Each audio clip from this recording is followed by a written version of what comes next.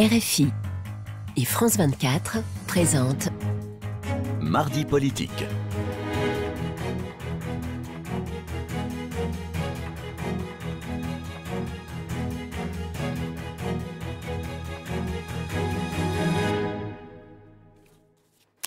C'est l'heure de Mardi politique sur France 24 et RFI. Bonsoir Frédéric Rivière. Bonsoir Roselyne, bonsoir à tous. Bonsoir à tous. Je vous rappelle que vous pouvez réagir pendant cette émission avec le hashtag MardiPol. Et ensemble, Frédéric, nous recevons Benoît Hamon. Bonsoir. Bonsoir. Ravi de vous recevoir sur le plateau d'RFI et France 24. Merci. Vous êtes fondateur et membre du mouvement Génération que vous avez créé après votre défaite à la présidentielle sous les couleurs socialistes. Alors, si vous avez lâché le PS, est-ce que vous avez lâché l'idée de vous représenter en 2022 ? Oh là là, vous démarrez fort, là. Oui, non, mais c'est une petite Non, question. vous avez raison, Pour c'est commencer. histoire de se mettre Comme ça, en c'était bouche. Comme ça, on se débarrasse. Voilà. Après, on va dans les vrais sujets. Non, mais là, en plus, objectivement, c'est... Je crois que vous l'avez dit, non ? Non, mais cette question-là, 2022, moi, la tâche à laquelle je me consacre elle va prendre un peu de temps, je pense. C'est de reconstruire la gauche. Mais je pense que la gauche ne peut pas se reconstruire sans l'écologie politique aujourd'hui. Il me semble qu'on a des menaces qui sont si lourdes sur nos modes de vie, sur le monde qu'on laissera à nos mômes, à nos enfants, pardon, la manière dont nos sociétés deviennent de plus en plus sauvages, qu'on a besoin de reconstruire une grande force progressiste, humaniste, démocratique, parce qu'on voit monter tous les contraires de ça, de l'humanisme, de l'écologie, du progressisme à travers le nationalisme, à travers le libéralisme. Et ça suppose de ne pas être focalisé sur 2022. Je m'explique, si je ne me préoccupais que de cela, je me désintéresserais de la reconstruction de la gauche, en fait. Je me désintéresserais de l'écologie politique et je ne chercherais qu'une stratégie pour être seul face à Macron. Et ça n'a pas beaucoup de sens aujourd'hui. En tout cas, il me semble que les leçons que moi je dois tirer de l'élection présidentielle m'invitent à poursuivre sur ce que je crois être les bonnes idées, celles que j'ai défendues et qui grandissent dans l'opinion, le rapport au travail, l'impact de la révolution numérique et des robots sur la façon dont on va travailler, c'est pour ça que je vous posais la santé cette environnementale, question. le fameux revenu universel, qui aurait dit que le président Obama se rallierait aux partisans du revenu universel. Aujourd'hui, on voit que voilà, il y a un mouvement, et c'est ce sillon que j'ai envie de creuser, parce que je crois que c'est celui qui est le plus fécond. Alors c'est vrai que vous aviez fait un score assez modeste, mais vous avez laissé... On peut dire, vous êtes sympa en disant mais... mauvais. Oui, ça ne lui ressemble pas. Mais vous avez laissé effectivement une trace, on le voit, dans des idées que vous avez fournies, et vous n'êtes pas au bout. Effectivement, vous avez construit quelque chose, et c'est pour ça que je vous posais la question d'aller au bout de ce que vous n'avez pu, dans le fond, accomplir. Si je devais vous dire, cette élection... on en parlait là avant que les projecteurs ne s'allument, mais de l'élection présidentielle, pour moi, il y a une profonde meurtrissure qui est liée à la fois au score et à la violence de ce score, et à la trace qu'il laisse. Et il y a ça d'un côté, et il y a, c'est le paradoxe, le sentiment d'avoir combattu pour des idées qui sont en train d'éclore, et avec la reconnaissance que ces idées étaient les bonnes. Vous avez l'impression d'avoir semé en quelque sorte. Oui, j'ai même plus que ça. Je pense qu'on commence à moissonner ces idées-là. Quand le président de la République, même s'il le dévoie, reprend l'idée du revenu universel, on voit bien où il pioche quand il reprend un certain nombre des idées qu'on a défendues, mais toujours dans la contrefaçon sur la question du plan santé. Je vois bien. Et ce qui se dit aujourd'hui sur l'impact de la révolution numérique sur le travail, on voit que ça arrive. Bon, bref. Donc... il y a ça, et c'est ce dont finalement je suis le plus fier. Alors, moi, mon objectif, il n'est pas juste de me battre pour des idées bonnes, mais sans que ces idées gouvernent un jour. Donc, je veux qu'elles gouvernent un jour. Et c'est pour ça que j'ai décidé de poursuivre le combat politique, là où, objectivement, on pouvait être tenté d'arrêter. Et puis, dernier mot... je retiens de cette épreuve qui a été celle d'une famille politique, en tout cas de dirigeants politiques de ma famille, qui ont décidé les uns après les autres de ne pas me soutenir, soutenant mon adversaire ou mes adversaires, ou alors faisant semblant de me soutenir, mais dans une sorte de chronologie un peu infernale. En dépit de leurs promesses. Oui, non, mais enfin, en dépit de tout, en dépit de plein de choses. Mais au fond, et j'en témoigne, effectivement, ce qui ne tue pas renforce et rend plus fort. Et je suis sorti de là, paradoxalement, là où sans doute certains voulaient tuer les idées et celui qui les portait, plus fort, et je pense que les idées que j'ai défendues sont encore plus fortes. Donc ça m'a donné du cuir plutôt que ça ne m'a affaibli. Oui. La semaine dernière, donc, le président annonçait le plan pauvreté. On va en parler bien sûr dans quelques instants. Il affirme vouloir éradiquer la pauvreté en une génération. Et ce matin, il dévoilait son plan pour transformer le système de santé pour les 50 années à venir. Donc 50 mesures, 3,4 milliards d'euros d'ici 2000. Macron, est-ce que vous diriez que le Macron social est arrivé ? Non, je pense que tout ça, c'est de la Macron social, Macron pas social. Bon. Moi, je vais vous dire, et sur la pauvreté, sur la santé, j'aurais aimé y croire. Parce que, au fond, il y a des questions si importantes qu'on souhaiterait ne pas avoir à s'opposer. C'était très valable sur la pauvreté. Ça l'est aussi sur la santé. Sur la santé, vous attendez quoi, vous, aujourd'hui, comme patient? Je sais que les déserts médicaux, par exemple, c'était un de vos chevals de bataille. Bon, il y a 5,7 millions de personnes qui vivent dans des déserts médicaux. 400 médecins payés par on ne sait qui. Pour l'instant, ça ne va pas changer fondamentalement la réalité. Ouais, avec à terme l'objectif d'arriver à 4000. Non, mais ça, il y a 4000 assistants, médicaux. Et ça, encore, on va payer donc 4000 assistants pour des médecins libéraux. Et je vais en dire un mot. Enfin, des incitations. Oui, mais quand vous êtes patient, vous voulez quoi? En gros, ne pas passer 3 mois à attendre un rendez-vous chez le rhumatologue quand vous avez mal au dos. Faire en sorte que quand vous y allez, vous passez pas passer 10 fois plus de temps dans la salle d'attente que vous ne passez dans le cabinet médical en ayant l'impression d'avoir été expédié. Et tout ça doit s'améliorer incontestablement. Or aujourd'hui, la vraie question que moi je pose, c'est qu'on recrute et on va payer nous des assistants pour des médecins libéraux. Si c'est pour augmenter le rendement et le nombre d'actes des médecins libéraux, qu'à la fin du mois, ils aient un compte en banque un peu plus garni qu'avant, mais qu'honnêtement, ça n'est pas fondamentalement changé la qualité de ce moment que vous passez avec votre médecin, l'objectif sera raté. Mais il y a quand même, pardon de le dire, un immense oublié dans cette affaire, c'est l'hôpital public.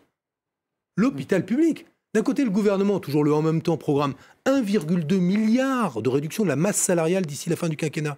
Donc moins d'aides-soignantes, moins d'infirmières. Mais moi, j'ai envie de faire confiance en qui sur l'hôpital public? Pas à M. Macron, qui est inspecteur des finances, et nous dit on peut encore couper.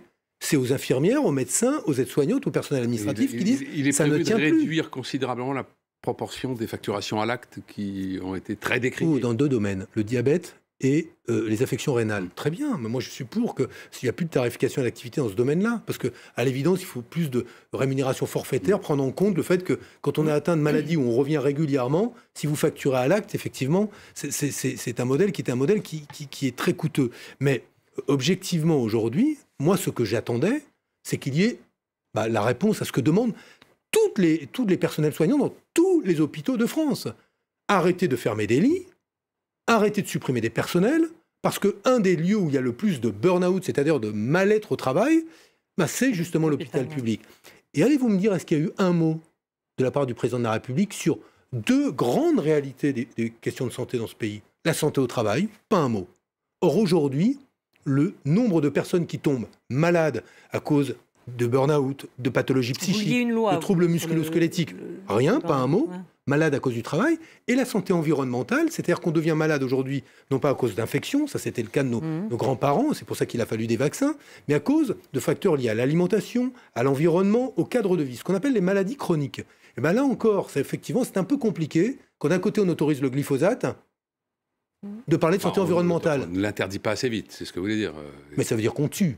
Parce que le glyphosate aujourd'hui, quand Monsanto est condamné à 250 ou 290 millions de dollars par un tribunal aux États-Unis pour être responsable de milliers de cancers, on sait aujourd'hui que ces pesticides tuent.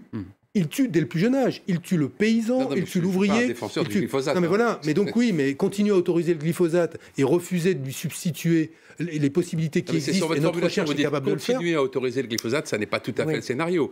Il est prévu de l'interdire. Non, il n'est pas prévu. Il est prévu qu'on réexamine la question. Avec en ligne de mire l'interdiction. Ah oui, non, mais d'accord. Mais bon, on entend, c'est pas interdit et c'est tellement peu interdit qu'il refuse de l'inscrire dans la loi. Je vais même aller plus loin.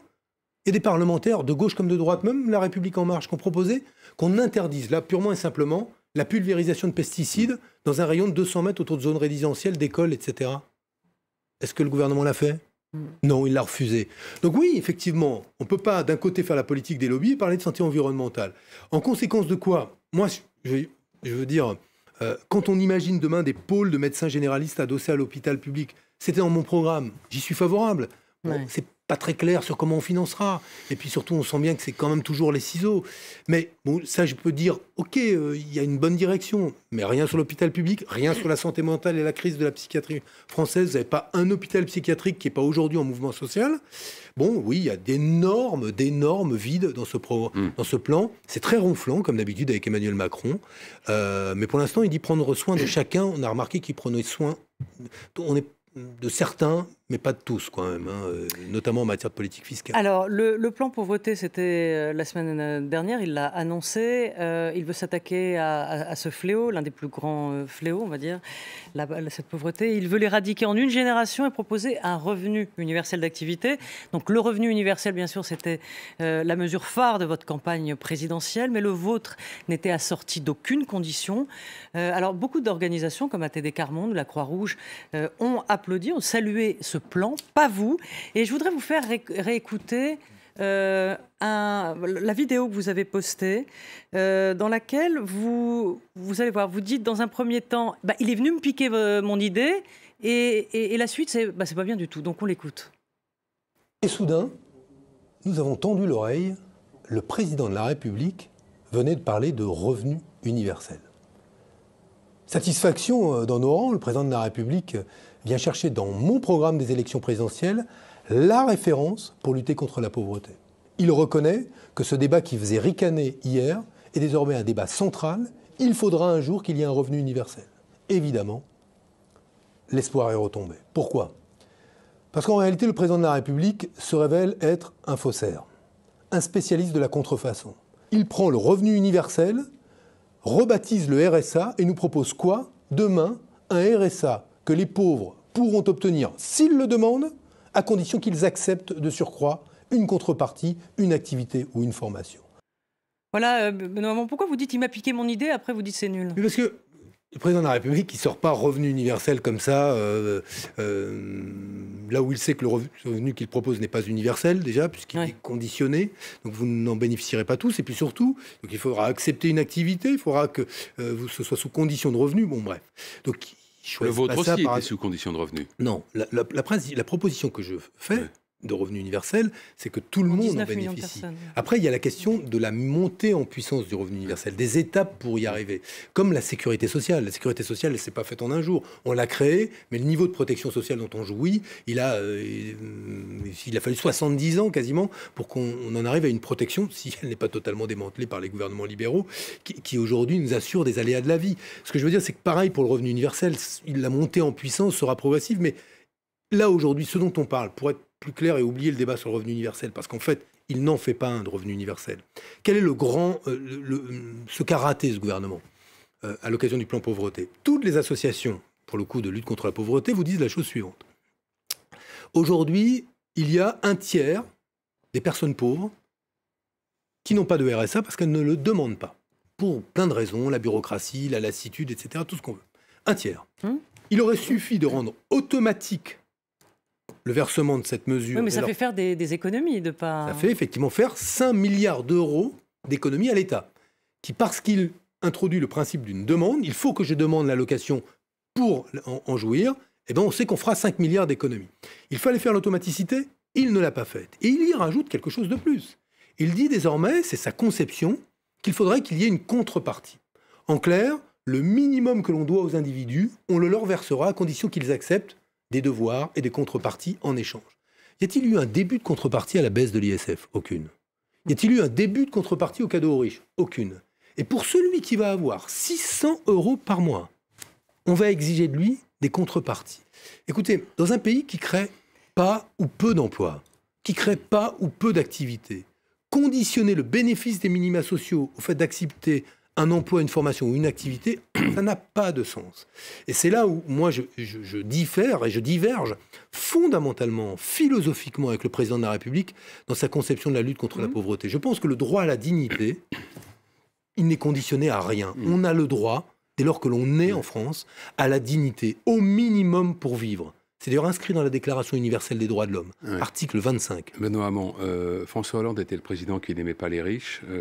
Emmanuel Macron est celui qui n'aime pas les pauvres. Oui, mais la différence, c'est que les riches n'ont pas eu trop à en souffrir de François Hollande, mais que les pauvres en souffrent. Voyez-vous? Mais vous pensez qu'il n'aime pas les pauvres? Vous avez dit qu'il était pauvrophobe. François Hollande n'aimait pas les riches, mais les riches... Je faisais allusion à sa formule, vous savez très bien.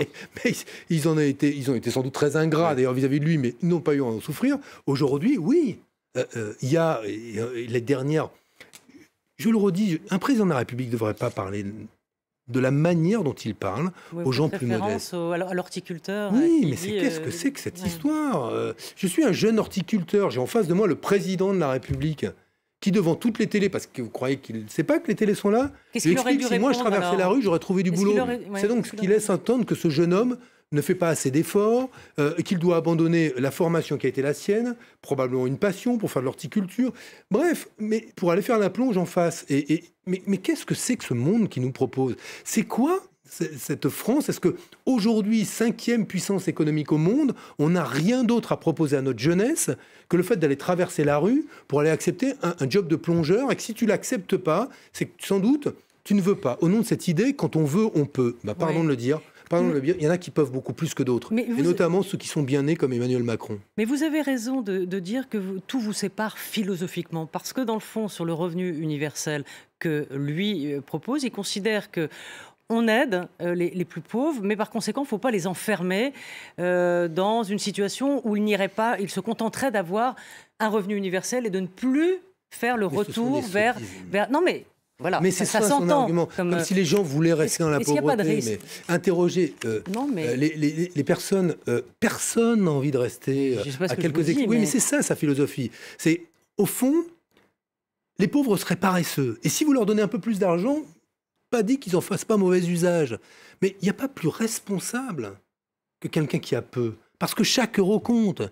Et la destination de cet euro-là, la plupart du temps, justement, vous êtes responsable pour 10, parce que vous n'avez pas le choix.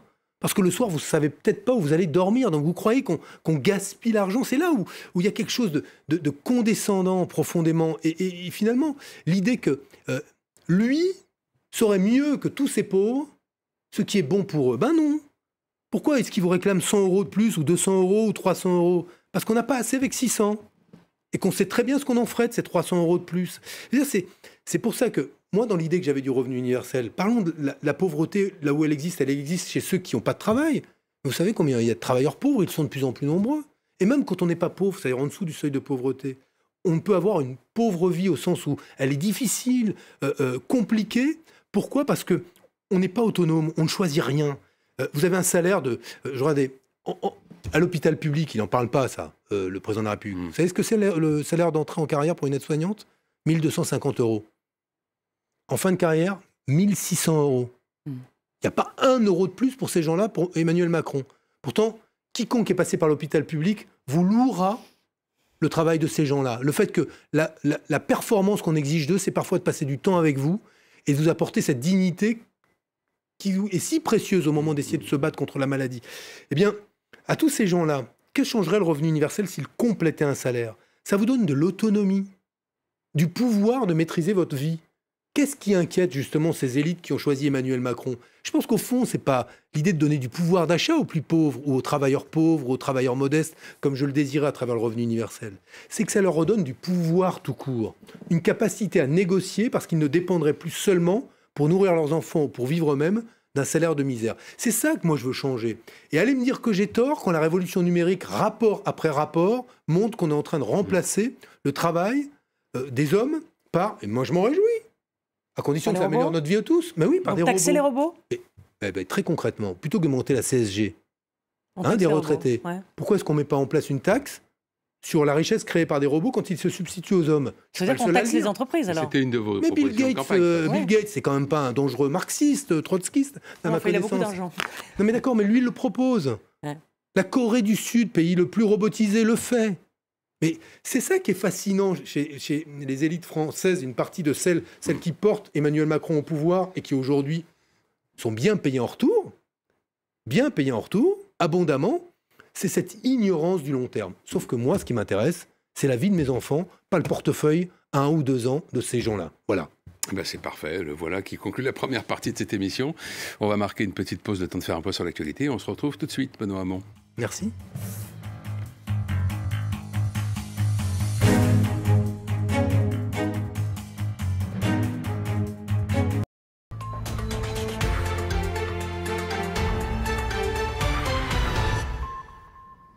Il est 18h30 à Paris, vous êtes sur France 24.